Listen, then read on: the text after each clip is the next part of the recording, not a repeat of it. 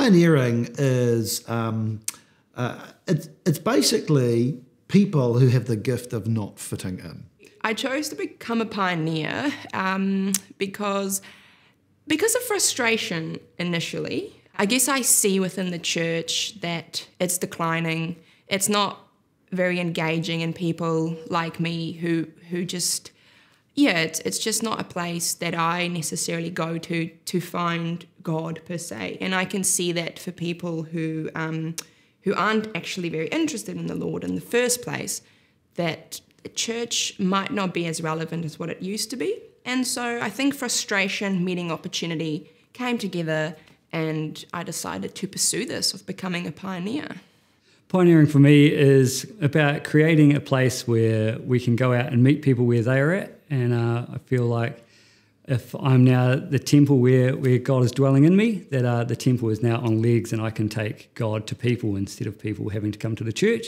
To me, pioneering is a lot about trust in the Lord, because it genuinely involves actually taking an interest in somebody with no attachment to that. So not having a secret agenda of hoping they become a Christian, but actually just getting to know somebody and seeing where that goes. And so that's kind of the approach that I'm taking with pioneering, is just loving on people where they're at. Pioneering is about leaders who want to go, kind of like spiritual entrepreneurs. They want to go out into the community, they want to go out to people who haven't engaged in the gospel or haven't been gathered, and they want to gather the ungathered.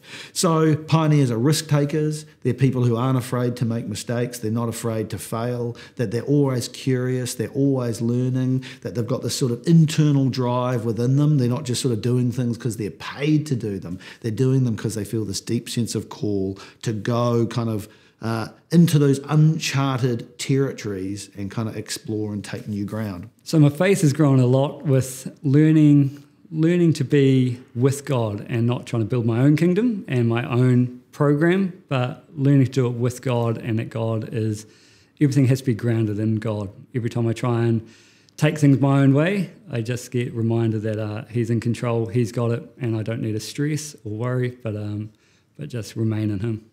I've come to believe that knowing ourselves as Christians is, I think, essential in order to be effective pioneers, or even just effective disciples. And so this year I've muchly learned my weaknesses, my strengths, where I thrive, where I don't thrive, how well I work with people, and through that my faith in God has just exploded. I've also learned to enjoy the struggle. So to look at the situation, to kind of just, in a way, let go of control, and just let God do what He does, and I do what I do.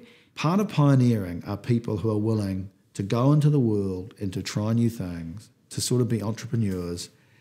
And yes, like some amazingly good things happen, which is wonderful, but also that just as interesting as when it gets challenging.